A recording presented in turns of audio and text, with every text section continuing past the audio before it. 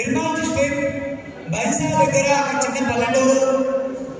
Before the stage నాకు ఈ system పరిచయం కాక ముందు నాది ఎంఎస్సి బీఈడి పూర్తి చేసుకుని ఒక గవర్నమెంట్ జాబ్ కొడదామనే కాన్సెప్ట్తో నేను ఎడ్యుకేషన్ పూర్తి చేసిన.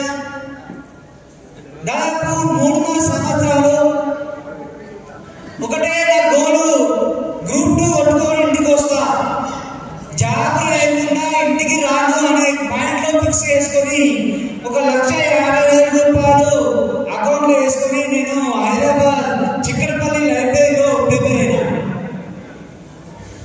ఎందుకోసం గవర్నమెంట్ జాబ్ అనుకున్నా అంటే, జాబ్ అంటే సెక్యూరిటీ. నా కుటుంబం మారాలంటే, నా ఉన్న స్థానం మారాలంటే జాబ్ అనుకున్నా. ఎందుకంటే నాకు నెట్వర్క్ తెలియదు, ఏ కంపెనీ తెలియదు, ఒకటే పుస్తకాలతో పోటీ. కానీ జాబ్ 2016లో గ్రూప్ 2 జాబ్ 1.5 మార్క్లో మిస్ అయింది. జాబ్ రాలేదని ప్రైవేట్ జాబ్ని ఎంచుకోలేదు.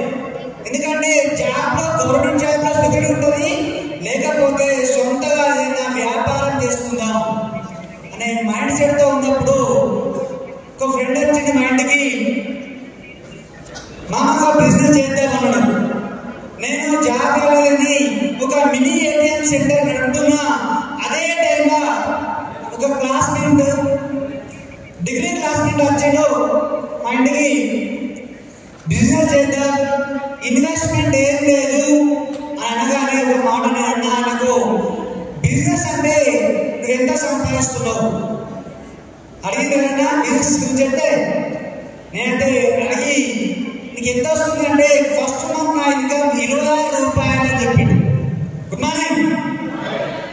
అరే బిజినెస్ లో లక్షలు వస్తాయి కదా, 20,000 రూపాయలు లేదు అని నేను, మా భార్య, మా అమ్మ ఇంటిగా ఆయన తిండి పంపించేసాను. మార్కెట్లో ఎక్కడ కూడా బిజినెస్ చేసే వాళ్ళు లక్షలు సంపాదిస్తారు కానీ రూపాయలు కాదు కానీ నవ్వి పంపించేసాం. ఆయన నవ్వుతూ వెళ్ళిపోయాడు. ఒక 8 నెలలు నేను ఆయన ఫోన్ లిఫ్ట్ చేయలేదు. ఎందుకంటే నేను ఏటీఎం సెంటర్ నడుపుతూ నెలకు 40,000 సంపాదిస్తున్నాను. నాకు ఇగో ఉంది అంతే కదా.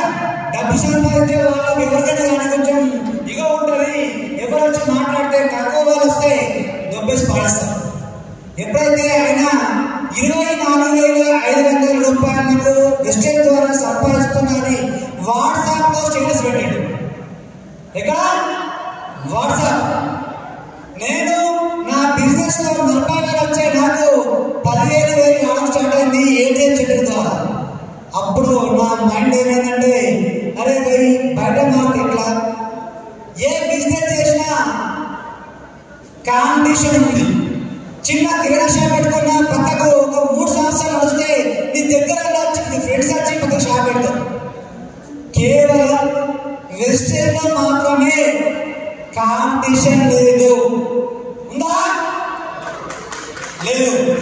ఆయన ఎప్పుడైతే ఇన్కమ్ తీసుకున్నాడో ఫస్ట్ స్టార్టింగ్ లా ఆయనకేం వస్తుందో నేను పోయి పని చేస్తానని ఆపేస్తా. కానీ ఆయన ఇన్కమ్ చూసిన తర్వాత నా కోసం ఈ బిజినెస్ లోకి వచ్చిన. ఎప్పుడైతే ఎవరైనా కానీ మీకోసం అని అనుకోని ఒక సిస్టర్ని నమ్మి వస్తే ఎన్ని కష్టాలు వచ్చినా నష్టాలు వచ్చినా మీరు దాన్ని వదిలేరు, గిట్టు కాదు. కానీ పక్కల కోసం, మీ అన్న కోసం, మీ అక్క కోసం, ఫ్రెండ్ కోసం వచ్చి ఏ పని చేసినా ఎక్కడ పనిలేదు. అంతేనా? అంటే ఫస్ట్ మంత్ నేను ఆయన బలవంతంగా వస్తువులు వాడిపిస్తే నాకు ఈ సిస్టమ్ ద్వారా 32 రూపాయలు వచ్చాయి. ఒక 4 సంవత్సరాలు నా అబ్బాయి మాట వింటూ నేను ఇప్పటి వరకు ఈ విజయవాడ బూట్ క్యాంప్స్ 5వ బూట్ క్యాంప్, ఎన్నది 5 బూట్ క్యాంప్లో ఒకటి అర్థమైన సిస్టమ్ ఏంటంటే, నేర్చుకోకుండా డబ్బులు సంపాదించడం ఇంపాసిబుల్. నేను నేర్చుకుంటేనే 10 మందికి నేర్పిస్తా. నేర్చుకోకుండా ఇంటికి వస్తే ఎవరే క్వశ్చన్ వేసినా ఆన్సర్ నా మైండ్లో ఉండదు. క్విట్ వెళ్ళిపోతాం, మనం తీసి పడేస్తారని నేర్చుకున్నా. ఫస్ట్ ఇయర్ నేర్చుకున్నా, సెకండ్ ఇయర్ నా సిస్టర్ నాతో వచ్చిన వాళ్ళకి నేర్పించిన, 3వ సంవత్సరం ఇప్పుడు నెలకు 1,70,000 రూపాయలు సంపాదిస్తాను. ఒకవేళ గవర్నమెంట్ జాబ్ వస్తే ఒక మార్క్ జాబ్ మిస్ అయింది, గ్రూప్ 2 జాబ్. నాతో పాటు జాబ్ కొట్టిన వ్యక్తి నా రూమ్మేట్ ఇప్పుడు ఏ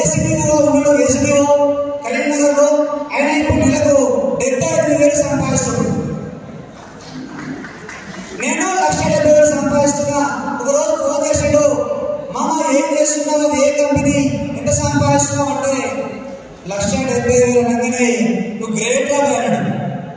ఒకవేళ నువ్వు జాబ్ వచ్చిన వాడుకో నా లెక్క గట్టి చాకరీ చేస్తుంటివి, నువ్వు అదే ప్లేస్ గా వచ్చింది, అవకాశం వచ్చిన యూజ్ చేసుకున్నావు. ఒక మాట చెప్పి క్లోజ్ చేస్తా, అవకాశం వస్తే ఒకటికి 10 సార్లు ఆలోచించండి, తప్ప రైట. నిర్ణయం తీసుకున్నాక మాత్రం ఆగితే మీరు ఎప్పటికీ ఆ సిస్టంలో ముందుకెళ్ళరు. అందరికీ ఆధార్ స్టాండ్ స్పెషల్.